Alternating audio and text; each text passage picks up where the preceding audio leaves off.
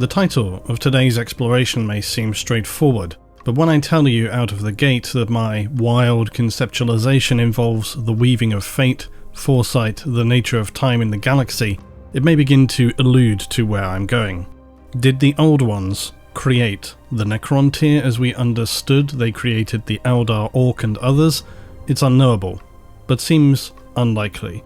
But more of what I'm considering today is the functionality of time in the 40k verse, who is most involved in such things, and lastly, did the Old Ones not create, but inadvertently, or through some self-fulfilling prophecy, push them toward what they would ultimately become, as this is more of an open question. In the ancient times of the galaxy, tens of millions of years prior to the emergence of humanity, there was no emperor, no imperium, no struggle against chaos, no threat of the Tyranids. In the ancient galaxy, even the Eldar were still to be brought into existence. What existed was a race so ancient that few can really say whether they existed at all. Fragmented Eldari mythology, NECRON archives, are all that survive to tell us of the Old Ones, who are believed to be by all accounts the first highly advanced, immeasurably intelligent race in the galaxy. They are said to have existed some 60 million years previous to the time of humanity and the Imperium. Because of the immense void of time, very understandably barely any physical information exists from this period, and so much of what we learn is made with leaps of logical and plausible speculation. Understand, there are often dots connected, but the foundation of most of what we know is little more than ancient mythological verses from Xenos sources. This means that things which are stated or phrased in a way as having literally happened could well be just metaphorical or metaphysical. I personally still hold a question mark over whether the ancient Eldar gods were really such things at all, or were they simply Old Ones, or even terrifying weapons designed for the Eldar to use during the War in Heaven. The Old Ones are believed to have spent much of their time as creators, seeding worlds with new life. They saw all life as having value. Eventually they would encounter a people who suffered greatly, who had, despite great misfortune, managed still to build a powerful civilization based around science and highly advanced technology, and who were attempting to escape the shackles placed upon them by circumstance. These people were known as the NECRON tier, and would in time become what are now the NECRON, still often simultaneously referred to as the NECRON tier. Their civilization was blighted by a horrific existence as their world was ravaged by stellar radiation. This left them suffering severely weakened bodies and very shortened lifespans.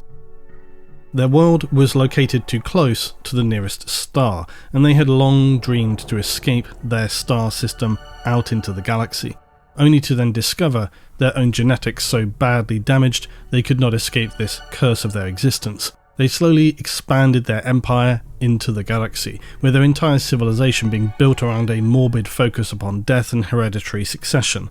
So when they finally encountered the Old Ones, who were not only devoid of such a miserable existence, but also appeared to be perhaps not literally immortal, but certainly held lifespans that were said to be so great as to be functionally immortal, this new revelation consumed the NECRON tier with jealousy and bitterness, only made worse when it is believed that they asked the Old Ones to help their plight, gift to them a means to ease their suffering, to remove the restrictions fate had placed upon them.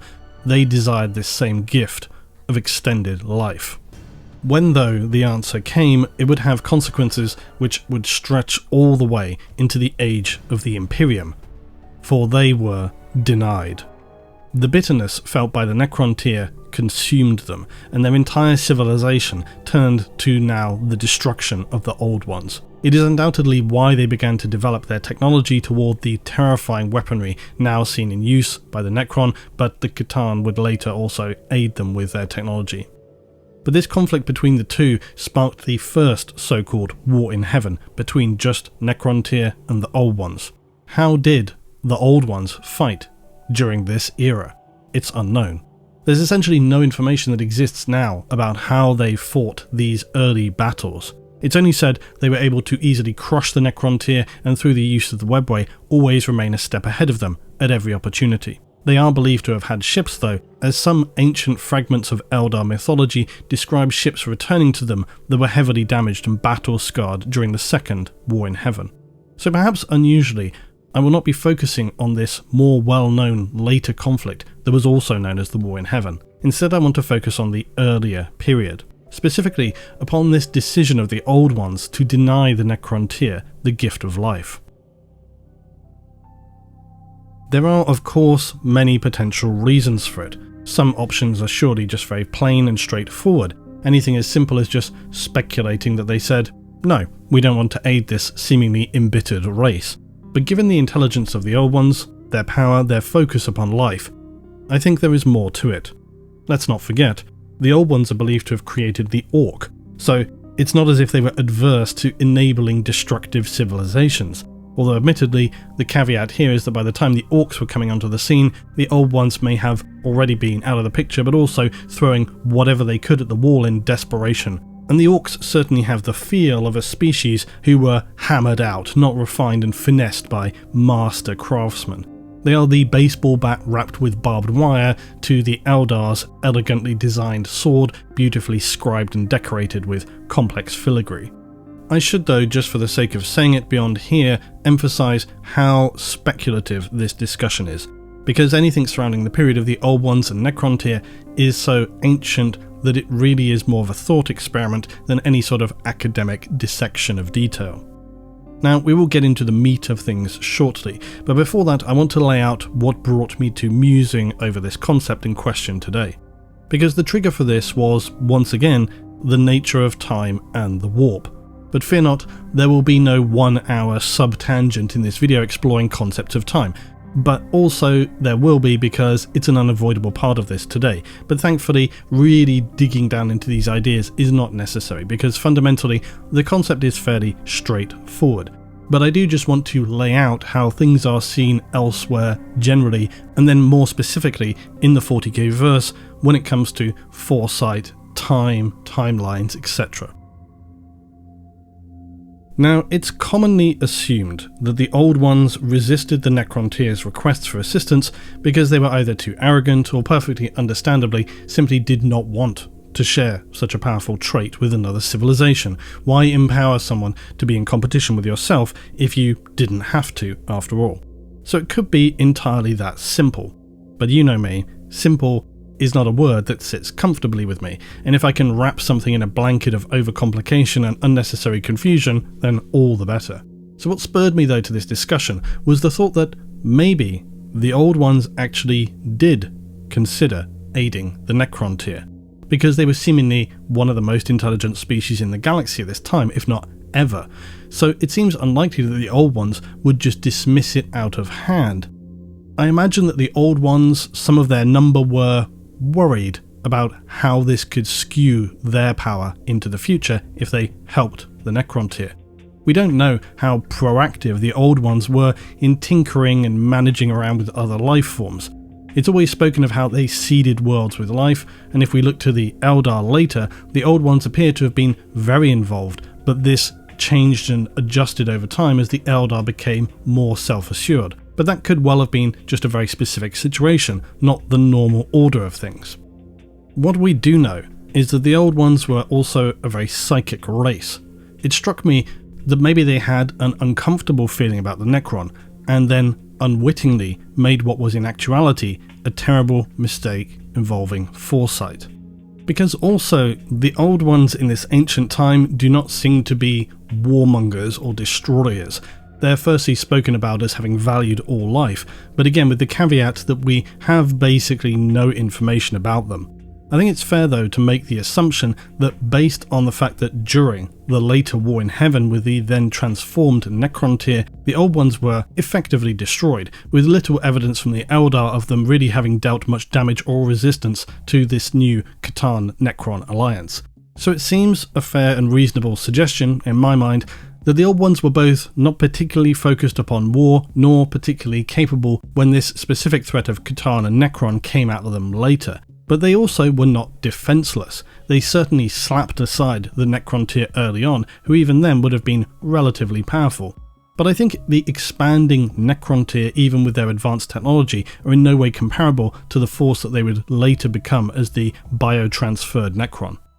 The fragments we have about the Old Ones, though, just do not track with a race who would casually engage in conflicts or willfully exterminate entire civilizations.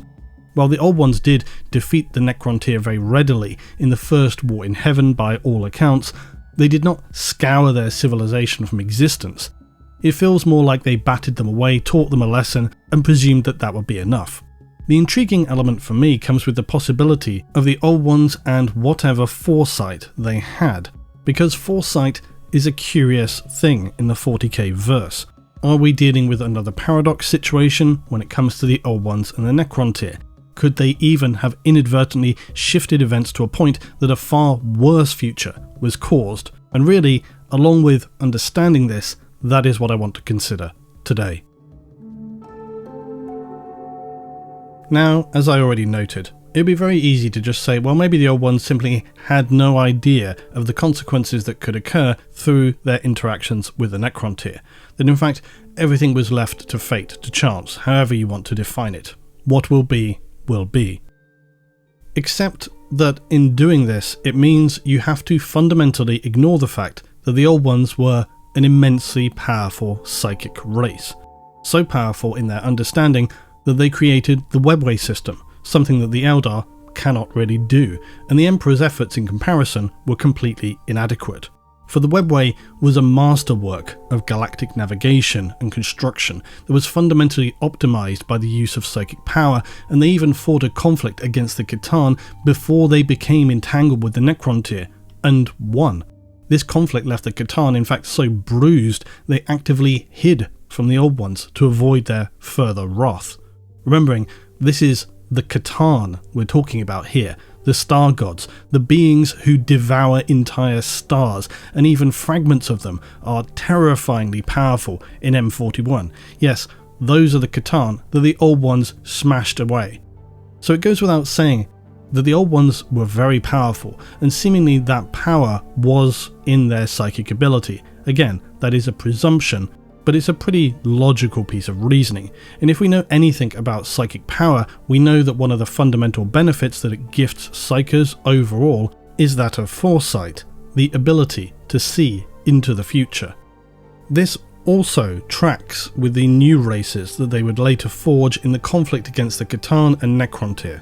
Both the Eldar and Orc are fundamentally very powerful in their psychic abilities, although in very different ways.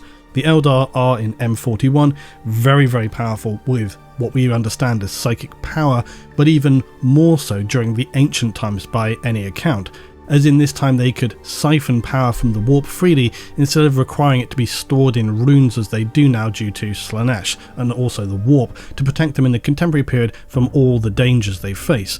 Whereas in the ancient times they had more akin to unlimited power, one might say. So along with the descriptions of them as being psychically powerful, their creations and their nature, it seems reasonably evident that the Old Ones were very powerful with psychic ability.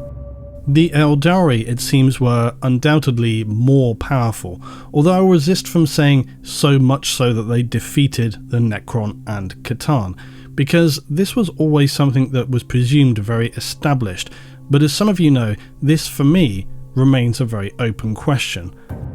There are some fragments of information which lead us to a different conclusion, but unfortunately those have not been elaborated upon, so it's very difficult to have any more solid understanding.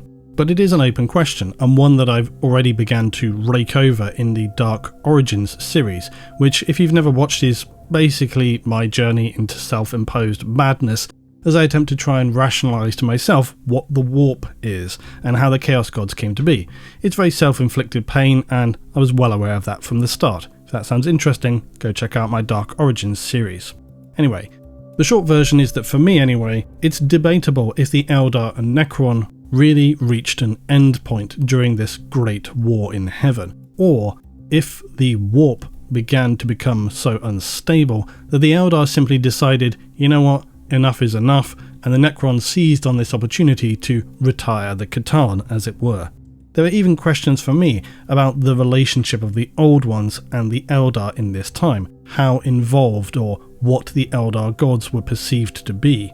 If you want to hear more about this, I recommend again, specifically though, my video Dark Origins Part 3 and 2 if you want to hear a lot more about the Eldar mythology.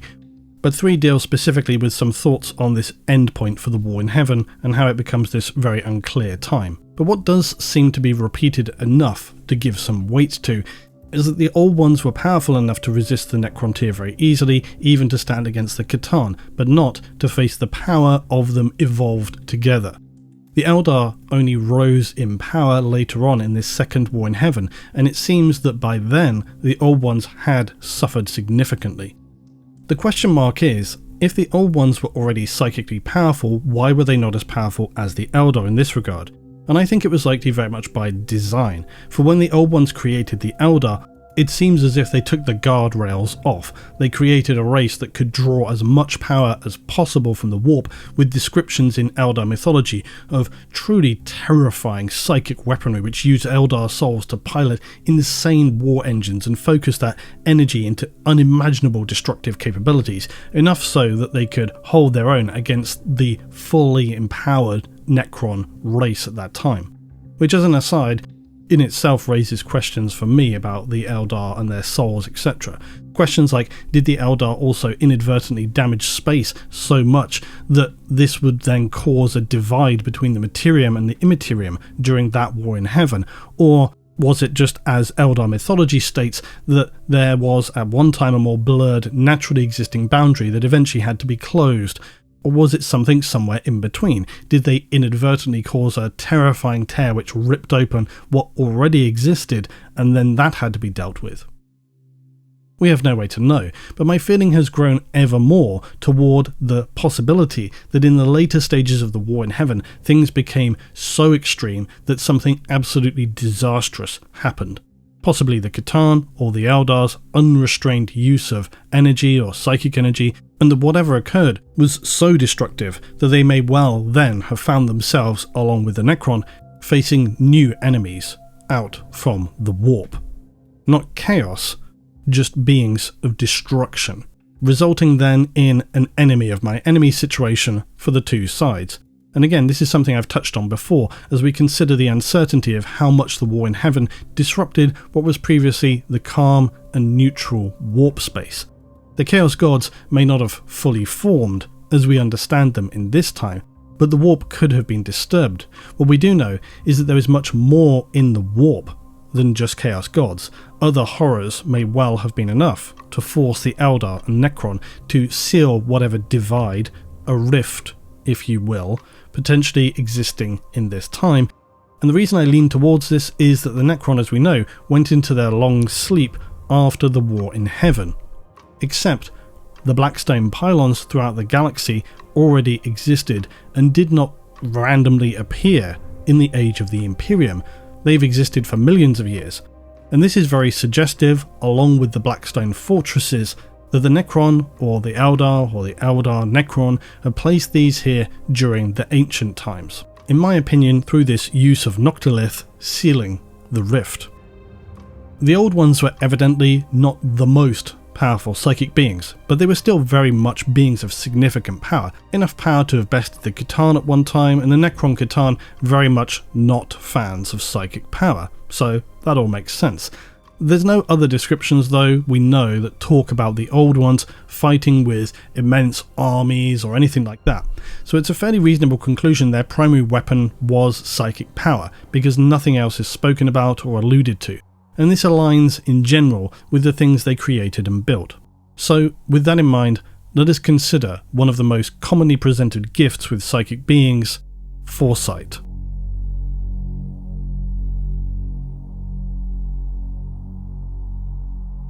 There are many within the galaxy who are described as having some ability in foresight. These could be powerful psykers, but they could even be just ordinary humans who are, for whatever reason, gifted a vision for the first time, also Sorotas, etc. In terms of narrative, the Emperor is obviously the most notable example, but there are many within the Eldar, like Eldrad Ulthran, or human psykers who display some affinity for foresight. or more generally in things like the Emperor's Tarot, which is still a form of this. Yet one thing very commonly observed when it comes to foresight is its unreliability. Visions people had that they thought were clear do not necessarily come to pass exactly as seen, or as some far-seers of the Eldar have noted, sometimes they cannot be certain which vision is correct.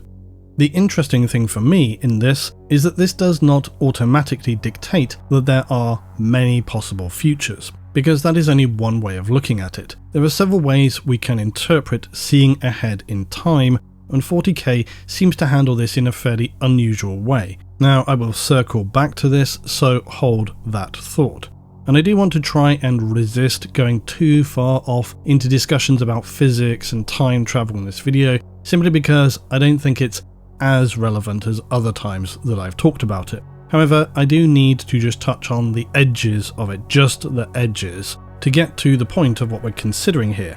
And this will follow into the thinking of the old ones and their foresight. Now, in the 40k verse, how time and the possibility of future events exist is very important to the decisions and the consequences made by those within 40k. As I've talked about before, there are many different views: presentism, growing block, eternalist when it comes to time. It's not just nonsensical rambling either. The way these things function relates to very important aspects of events in time and, to be honest, the 40k narrative.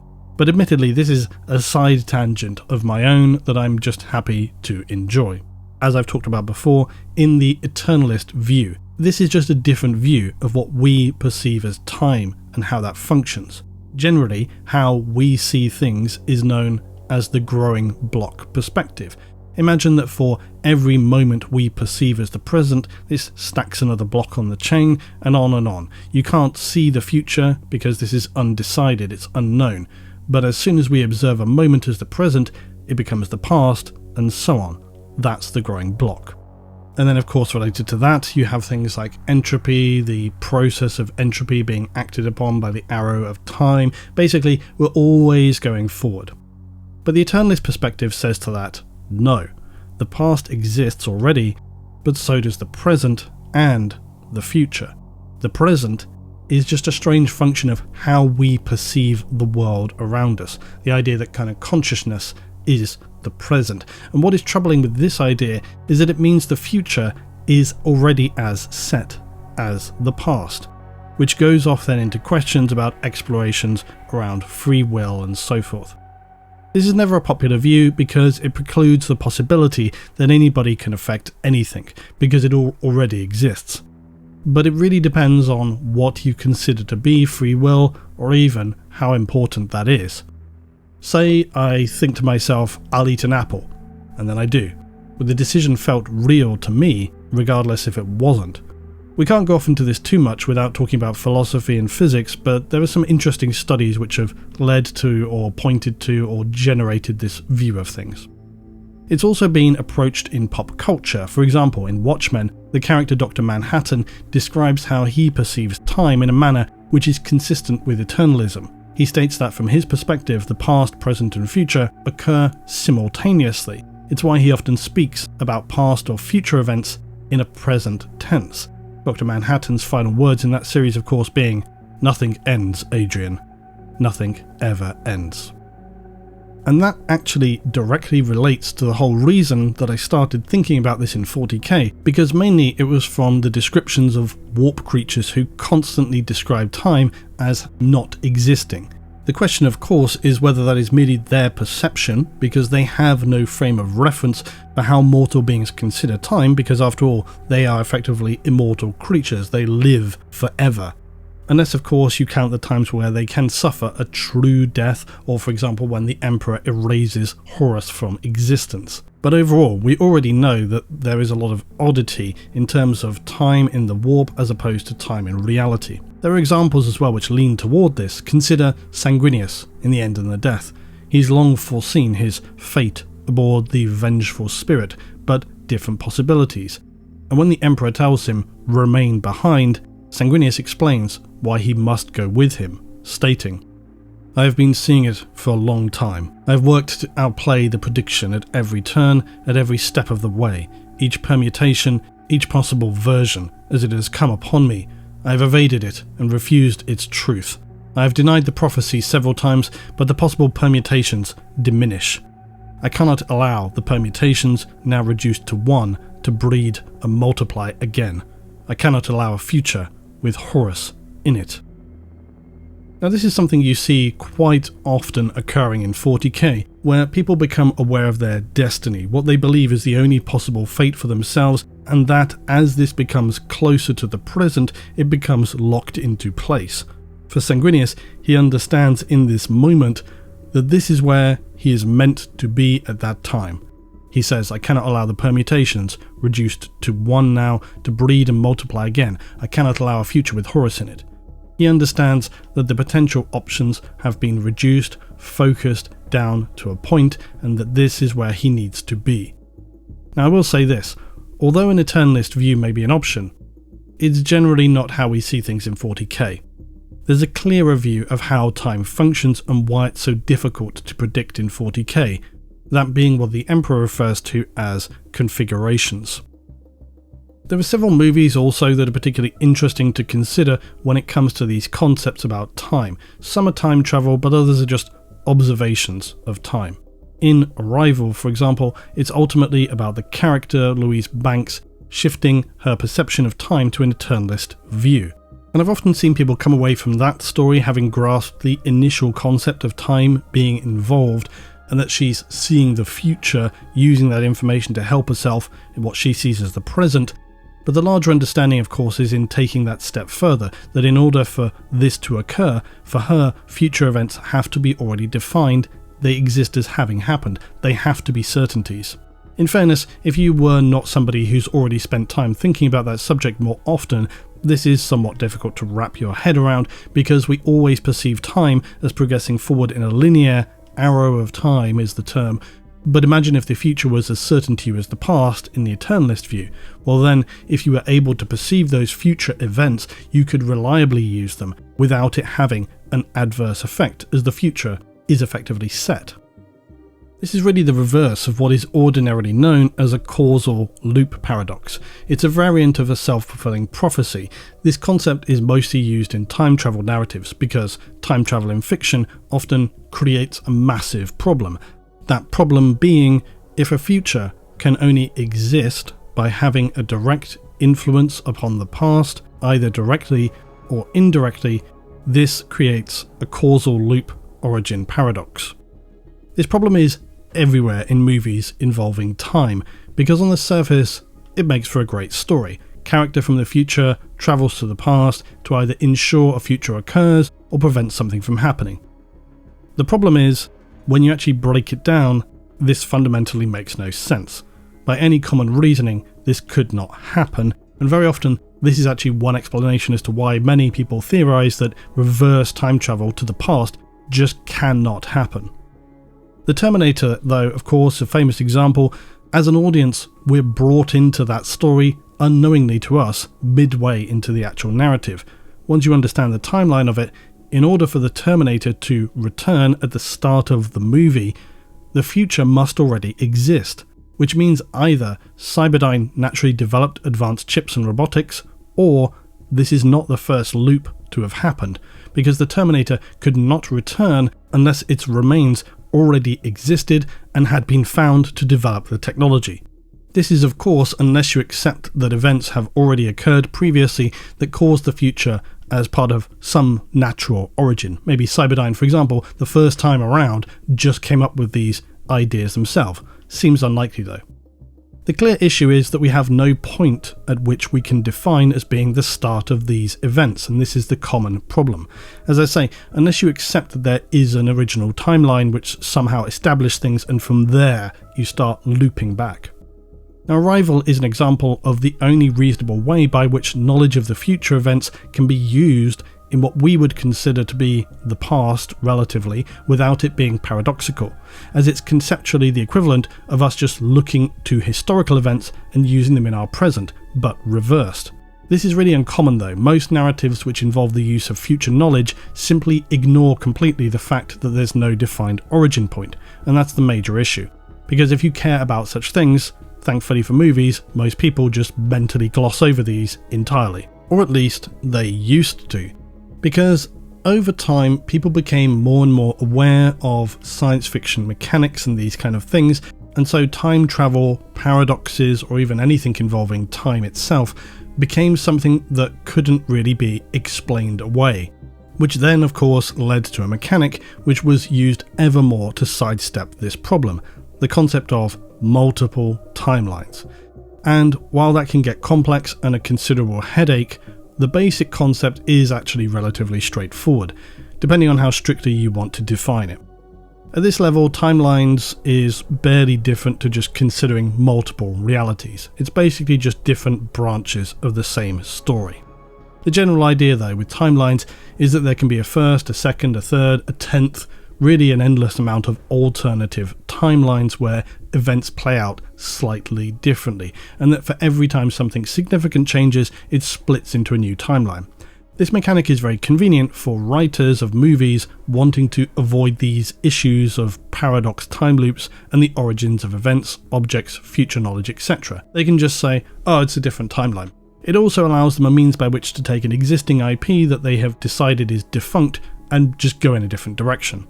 Unfortunately, all of this also regularly undermines the entire concept of what was trying to be illustrated in an IP, or the weight of implications attached to most time travel narratives, where an event either has to happen or must be prevented from occurring. The trouble is, once you lazily begin rationalizing things with just multiple timelines, even if the narrative and movie ends up showing you some kind of conclusion, a final direction, theoretically, while that may be true, the timeline where everything worked out and the one where it was all a disaster both technically should still exist. So in a sense, the whole thing never mattered to begin with, which seems very self-defeating. It's barely any better than just ignoring an obvious paradox. In fact, I would argue that's probably less annoying. The only way timelines as a concept really works more acceptably is an interpretation where you are overlaying or adjusting a singular main timeline. Effectively, the timeline isn't splitting off into a different branch that continues to exist, but there are just possibilities which can be influenced and adjusted. A very interesting example of this, which is actually quite close to 40k, is in the Star Trek 2-part Voyager episode, Year of Hell. The short version being that an advanced civilization developed a weapon that could remove things from existence and thereby alter the timeline of our reality. The interesting aspect with that story is that they could see how they would influence the future. They could see different potential timelines as being close to whatever they wanted to achieve. Now, as I say, this is very close to 40k because it shows you potential timelines. But until something is influenced in what we see as the present, those potential options do not come into a clear focus as being defined. And interestingly enough, there is a pretty direct 40k comparison, because unlike using confusing warp foresight like humans and the Eldar, NECRON cryptechs known as chronomancers actually operate very closely to how this technology is illustrated in this Trek narrative.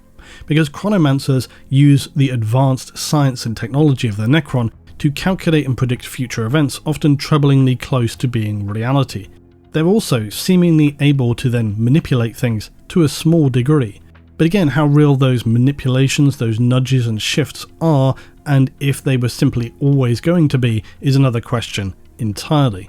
Now, Primer is another great time travel movie. It's well regarded as being one of the best for the subject and just science fiction in general, because they do a very good job of dealing with the problems associated and the idea of, yes, there being multiple timelines, but also that those events collapse onto a singular present. Highly recommend. Now, this conversation could go on, and we could get into talking about every decision causing branches into new timelines and so on and so on. It also can lead into things like the many worlds interpretation of quantum mechanics, for which I recommend the always excellent, fascinating explanations from physicist and philosopher Sean Carroll. But ultimately, for us, in terms of what we're talking about, there's no correct or official way for how different concepts of timelines should exist. These are simply a narrative tool to enable storytellers to navigate around either allowing a paradox to exist without people wrapping themselves in knots, or just avoiding it altogether.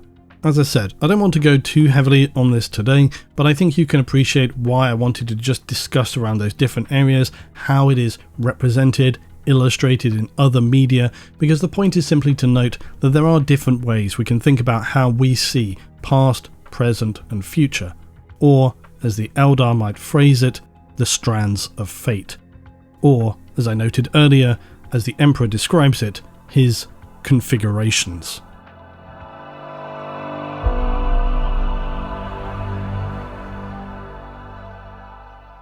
Now, there are several things we do know and can observe about how time functions and foresight in 40k.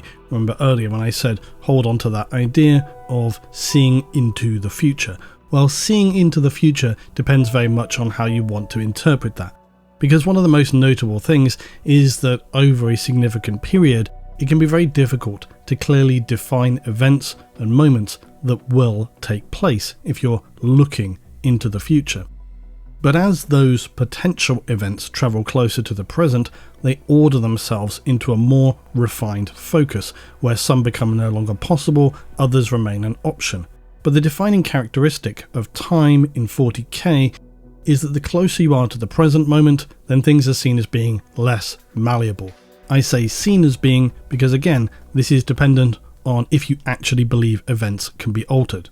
Now you might just say to yourself, well, isn't it fairly common sense that the closer you are to the present, things are obviously going to be more apparent as occurring? If you're in the middle of a battle and you can literally see how it looks like it's going, you're probably going to be able to predict how that battle happens, which is true enough. But therein is the entire point. Often foresight or people looking into the future in 40k are not looking 1 hour ahead. They're looking a year, 10 years, a century ahead and trying to calculate and configure what they perceive as being the future so that they can make a plan for it. This is why the Eldar are said to be able to move though as if they're always a fraction ahead of an enemy. Even ordinary Eldar, not their seers, have this ability to imperceptibly see forward by a second or two, which may not seem like much, but they're able to do this consistently enough that it aids them in critical moments, able to dodge a bullet as it were. It certainly satisfies also common sense intuitions about time, that when events are only a fraction ahead of the present, these become reliably observable. For those with significant psychic power, or those who don't, like the chronomancers of the NECRON, it's still regularly seen that they're able to see into this future with reasonable reliability. So how can that happen? Well, what's key here is that future events present many potential options, yet those options are not always equally possible. So although a psychic could see 3 different outcomes, they would have no way of knowing which one of those possible outcomes would actually become defined into a present reality. So what's the point then? Well, there is a point, because only beings like the Emperor, Sanguinius, Eldrad Ulthuan, Orakan the Diviner would be able to use their understanding to calculate the Strands of Fate into something close to representing a reliable estimation of the future. But it's not 100%. Orakan, for example, is said to have been able to foresee the fall of the Eldari, the rise of mankind, the heresy, the arrival to the galaxy of the Tyranids, and the emergence of the Great Rift many thousands of years before they came to pass. And many thousands of years is very different to looking across a battlefield and seeing how it's going to go. So it's important to understand that while the Emperor is an immensely powerful psyker, it was his ability to calculate, as he frames it, configure potential future branches of time that enables him to weave his grand plan for humanity.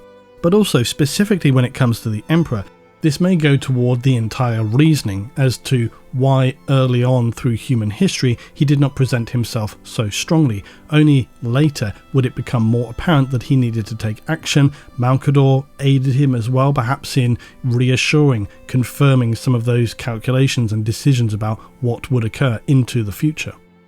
But all of this enables us also to realise why sometimes chaos beings, for example, will show us things in the future. However, most humans do not understand that these may not necessarily be true visions. They're just possibilities. For example, when famously Horus is shown a future vision of the Imperium, that isn't necessarily an untrue thing, but it's also entirely unknowable if that would be the actual future that would come to pass. Of course, it would ultimately become the reality, but that's not to say that there were not other options that could potentially have done as well. But again, we're straying here into also the realms of paradox. If Horus is shown a future reality and this then influences him, which it did, in what is from the perspective of that vision, the past, does that mean that this then qualifies as a self-fulfilling prophecy, a causal loop paradox? And again, I have used that example specifically in the past. Well, in actuality, the answer really is no, because a causal loop is not applicable here. In fact, very often in 40k, the way time seems to function is, as I say, showing possibilities in the future. So critically, not a future that has been defined already by the present, and not one which exists simultaneously. It's not like the Terminator, where we understand the future exists and they come back and they give information, they influence the past, creating kind of a paradox situation. That is not happening when Horus sees a potential vision for the future. He really is being just shown an imagined reality, a story, and then that influences him in the present. Now yes, that could be seen as a self-fulfilling prophecy, but not necessarily. Arguably in that situation, because he is being shown what he believes to be the future or one possible future, you could argue that would influence him more than somebody just saying, hey, I've heard that the Emperor doesn't want you to have a position in his future. A vision is always going to potentially be a stronger influence than the other, but nonetheless, it's not necessarily coming from a defined reality, and that's really the point, because in this case a causal loop is not applicable. Because if Horus is affected by that vision, he's really merely acting on what could be, not necessarily anything that is already defined, as we understand these things to function. And this also explains how the Emperor's whole spiel has been on basically guessing the future. He's often very deliberately vague, because he has to be. He wants those around him to believe that he knows exactly what he's doing. And of course, he is, but only to an extent. In many ways, his whole power rests upon that. This is similar to, again, the NECRON Orican. Orican, as a chronomancer, has predicted many things correctly, but unforeseen events have often severely altered, erased, and replaced some of his prophesized timelines. Not dissimilarly to the Emperor, Orican cares greatly about his own convoluted plans and his reputation among the NECRON dynasties, and so Orican is often forced to conceal and keep confined his closely guarded secrets of chronomantic abilities. However, in something that I have said exists in 40k but thankfully is used extremely sparingly, that is, travel to the past. But while travel to the past does exist in 40k and the future, as we've seen with things like the Spirit of Eternity, Orican also, when he sees that predictions have not gone as planned, is said to have travelled back down his own timeline, emerging in the past at a point by which he can set his prophesized version of the future back on track, normally by having the interfering factor destroyed in some manner. This to me is problematic for various reasons. It's why it depends on how your view of time functions, more specifically in 40k. It's why it again resembles more like that Star Trek episode with strands of timelines that can be shifted onto others. It's not a world where we have multiple timelines all over the place, all existing together, all being possible. The past is what it is, but some NECRON are seemingly able to shift events to allow their specific timeline to become what is the established present that all other events occur upon. I think this is suggestive that although things can be nudged a little, things cannot be dramatically and fundamentally altered once already established, which I think tracks with how generally it's understood the past functions. So, for as powerful as the Emperor is, it's a very open question if he really had any more certainty than some of the most powerful Eldar, who despite their great power can often feel more sure about some things than others, more concerned about great events to come than others. It does seem that some future events are more strongly possible, but this is why I think that the Emperor again is able to see some things that will come to pass very clearly, but not see some of the specifics. Malcador speaks to this when he talks about the Emperor, knowing they needed and would lose some Primarchs after they had created them. You could interpret this as just again common sense speculation, but I think it's more than that. Not least because both Malcador and the Emperor are such insanely powerful psykers, such ancient beings. They have a greater view, a wider understanding. All of this though is in general very troubling, because it means that the Emperor has mostly been just freestyling it all the way. Which, if you piece together the character of the Emperor and the feelings of those who truly know him, seems to fit very well. That he sometimes could have clarity, but other times seemed uncertain about how things would play out.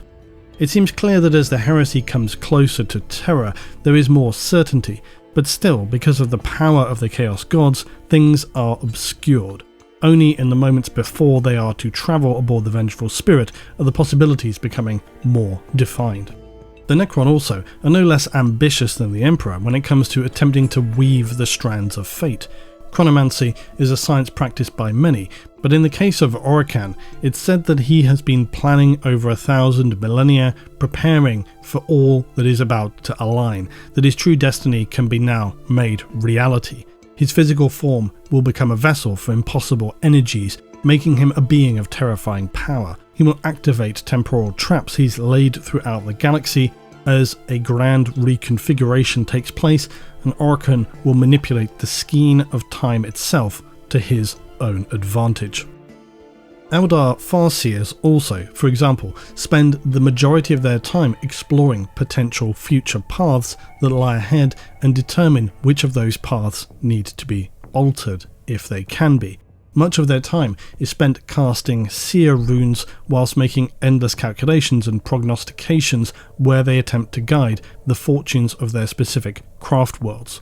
This sees them attempting to discern and anticipate the future by watching out for any difficulties that lie ahead in major galactic events, as their calculations are based on predicted events that can be centuries or more into the future. Their immediate effect can be very hard to determine. And this is one reason why many others, including humanity, view the Eldar as always only having their own interests at play. Because if the Eldar come to humanity and say, hey, we want to help you to resurrect Rabute Gilliman, are they doing that because they want to help humanity, or are they doing that because they have seen a future possibility and thought, this is what we need to do right now? Because despite Farseers attempting to draw a stable thread for reality from the many possible futures, they cannot always be successful. But for the Eldar, the use of divining the future is very essential for them in protecting, obviously, against major disasters that haven't occurred, protecting the very existence of their race as a whole.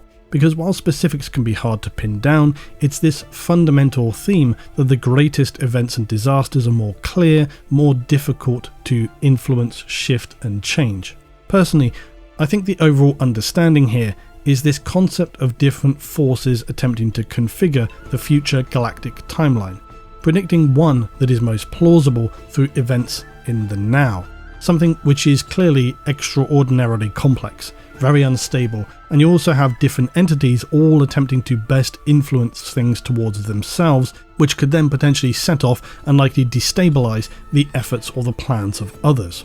It's also, for the most part, not about the future manipulating the past. Thankfully, there's few paradox situations occurring. It's more often about those in the present attempting to influence tomorrow.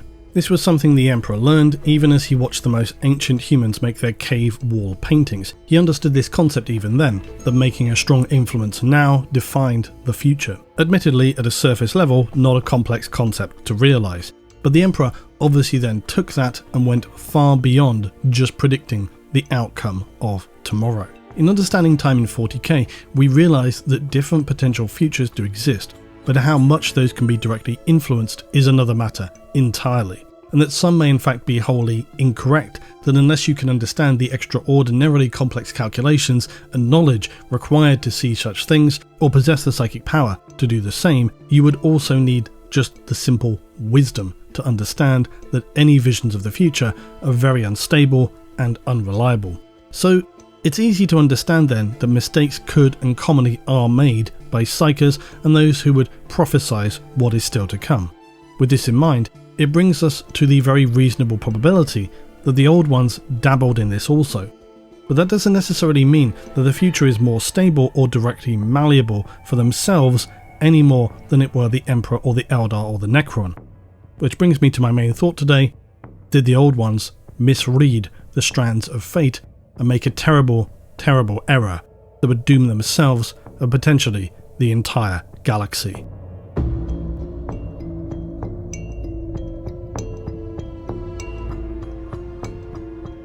So, did the Old Ones attempt to avoid a future timeline? How much did they know about their foresight? If so, did they have very powerful foresight? And lastly, did they have the understanding of the complexities of such things to make accurate predictions and more critically, manipulations? For me personally, I speculatively believe the answer to these questions to be yes. For me, it seems extremely unlikely that the beings who created the Eldar, who created the Webway, and who experienced lives that spanned time itself could not be aware of such concepts or abilities. The Old Ones were vastly intelligent and psychically powerful. In fact, it has always struck me as an unexplained oddity that the NECRON were so readily able to best them during the Second War in Heaven, even with the help of the C'tan. It's why I think that the earlier period is where any potential missteps by the Old Ones must lie. Did they, for example, foresee the Second War in Heaven and attempt to avoid it? Did they see the NECRON civilization at a much later point in time at the peak of its power, and therefore attempt to avoid this becoming reality by not helping the NECRON, mistakenly presuming that this would avoid that future? Or is there something else here? Is there a possibility that the Old Ones foresaw a reality where they gifted the NECRON life, but that this in fact led to an even worse outcome?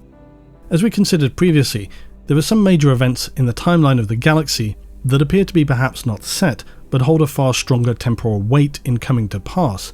Maybe we would consider those to be linchpins of time, in effect, events that for whatever reason must occur.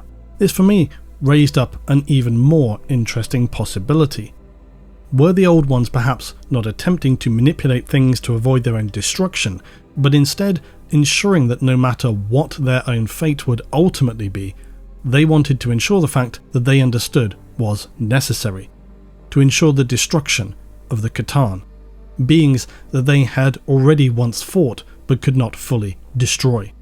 Did they see that by triggering the NECRON tier into a bitter, vengeful state, this would act as a means by which to ensure the C'tan would become trapped forever and no longer able to ravage the galaxy of life, something the Old Ones valued above all else? Admittedly though, the NECRON are not exactly an ideal choice to survive the C'tan, but maybe it was just clear they were the lesser of the evils, not to mention the possible impact that the NECRON would have upon the galaxy with their anti-warp pylon matrix. Maybe that was seen as being necessary. Or was it nothing so grand and selfless? Was this merely overconfidence on the part of the Old Ones? Their so far unchallenged power, their confidence against a clearly weaker race that they considered little more than an annoyance? Did they fail to correctly anticipate the future, and once the timeline with the NECRON C'tan biotransference was set, there was no longer anything they could do about it? The ancient past of the 40k verse is so vague, it's impossible to know the truth. With all we know though, it seems very unlikely that beings as powerful as they, with their vast intellects, would not have attempted to manipulate future potential possibilities, no differently than those who would later follow them in the Eldar and NECRON would attempt to do so. I appreciate your time and presence today as we considered one of these most confusing aspects of the 40k lore, and this is by its nature one of those far more convoluted and rambling subject matters. But hopefully I managed to bring some interesting questions for you yourself, because that is the enjoyment with speculation and thought experiments, and I welcome your ideas in the comments. Because when we are arranging the pieces of the puzzle, considering what the options are, if they were reality, how would that impact upon things? Because if nothing else, it allows us to wander off on these interesting tangents to imagine all the implications, the possibilities. And this for me has always been one of the most enjoyable things with 40k, its depth, the rich realm of possibilities, it's how it continues to remain a vast puzzle with many missing pieces that very slowly is becoming ever clearer. Thanks for watching today. If you enjoyed the video, as always, help me out dropping a like for me. It not only helps support the channel for me and its stability, but also in satisfying the gluttonous needs of our master, Lord Algo of YouTube. If you want to see more of these kind of videos, tell me in the comments below. If you want even more wild speculation, feel free to suggest ideas and themes for other videos. All the links are down below, and as always, I'll see you in the next one.